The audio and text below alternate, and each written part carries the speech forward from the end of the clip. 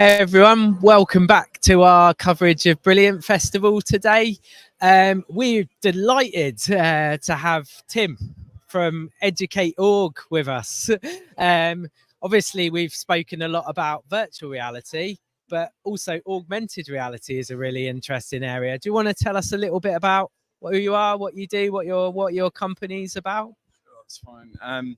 So I guess my background up until about 12 years ago, I guess, it was in film and television. And I think for me, growing up, film and television was just a massive influence on me, and like things that got me excited about everything. In fact, I might even go as far as to say is, a lot of things I learned from watching films and television and looking up to people, who I found really inspiring, and I guess, when I apply that model from myself to the kids that I've worked with, because I'm also a qualified teacher, you can see what kids are responding to. And it just seemed crazy to me that we weren't really strongly including, cultural influence in kids learning. And I think that was a big part of like what I started to do last year. I mean, the other part of it was I was laid down a challenge in my last job about like making literacy accessible and making it interesting for lower attainers and kids with neurodevelopmental conditions. And yeah, I mean, I'm a creative thinker. During COVID, I was making content and getting kids interested in learning. And these are kids who just weren't engaged in their learning at all. They're from pretty diverse backgrounds. And so the content I was making with and for the teachers and with and for the kids was getting them engaged in their learning. I thought there's something in this. So yeah, so last year I started using audio-visual tools to get kids engaged in their reading, getting them to reflect back on their reading that they did before and realizing that they were doing it a lot faster the next time they read it.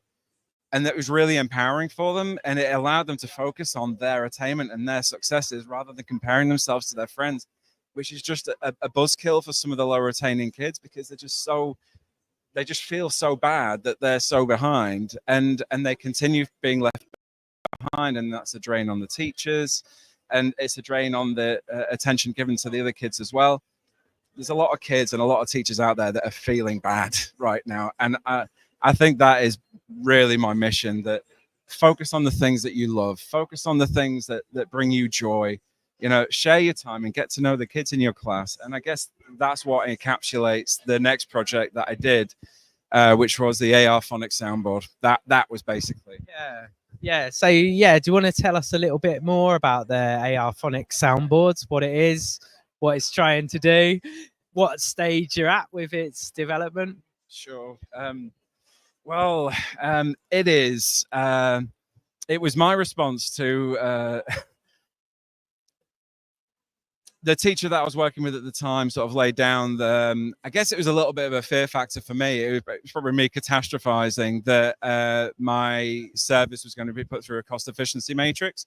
And I looked at it objectively and realizing that I was R&Ding with just 6 children out of a year group of like 45 children. I thought, I need to be doing something with these children that is being inclusive of everybody that's in this year group. And so that's when I sort of came up with it, because I thought they're all focusing on one place to draw their inspiration from for their phonics learning. And it's a phonics board, which they refer to every day. So I thought, right, okay, they love YouTube, they love gaming, they love music, they love, all those cultural influences. So let's bring that into our learning. So we would make content. So we would come in, I would get to know them and find out what they got them excited. We do the audio visual work, reflective work, and then we just make content, and we make it and tailor it to the phonics soundboard and load it into an image track of what they were learning every day. So they would make content for themselves and they would make it for their friends. And then suddenly there's a buzz about the place that people are really doing things differently. And yeah, it led to 30% fluency improvement among the kids. So brilliant.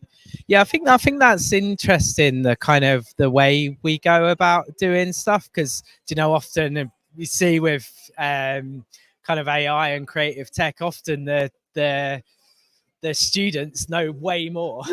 They don't always know they know way more, but they know way more than the teacher. So that idea of the classroom as a co-creative space to invent this future, I think is really, really powerful. And you know, we're all learning this stuff. We're all trying to work it out together. That's a really interesting. I'm really, really fascinated by that approach. So yeah, fascinating. Yeah. I think. Sorry. Yeah. I mean, basically, since then, that was the impetus really to start getting involved in the immersive space, and that's how I came to meet yourself and the guys down at Media City back in January last year. And after that, it was just a meteoric rise, really. I reached out to Innovate UK with the Phonics soundboard and submitted it to the Immersive Tech Awards, and it got accepted as a finalist. And yeah, it was a real rags to riches thing, really, for me. But more so as well as a platform to start building on this as a foundation. And so since then, yeah, I've been sort of developing it. That's what I've been doing since April, May, developing the Phonics soundboard as an MVP to bring about, you know, long-lasting change and bringing teachers and children the support they need. Yeah. And where can we find out more about you and your work? Well, I suppose you could go to my website, so www.educate.org, which is aug.co.uk. There's a handle on my leaflet. I could do it, but I think TikTok is just educate.org, all one word, and I believe Insta is educate_org. Great. Thanks so much, Tim, and we'll be back later on in the day.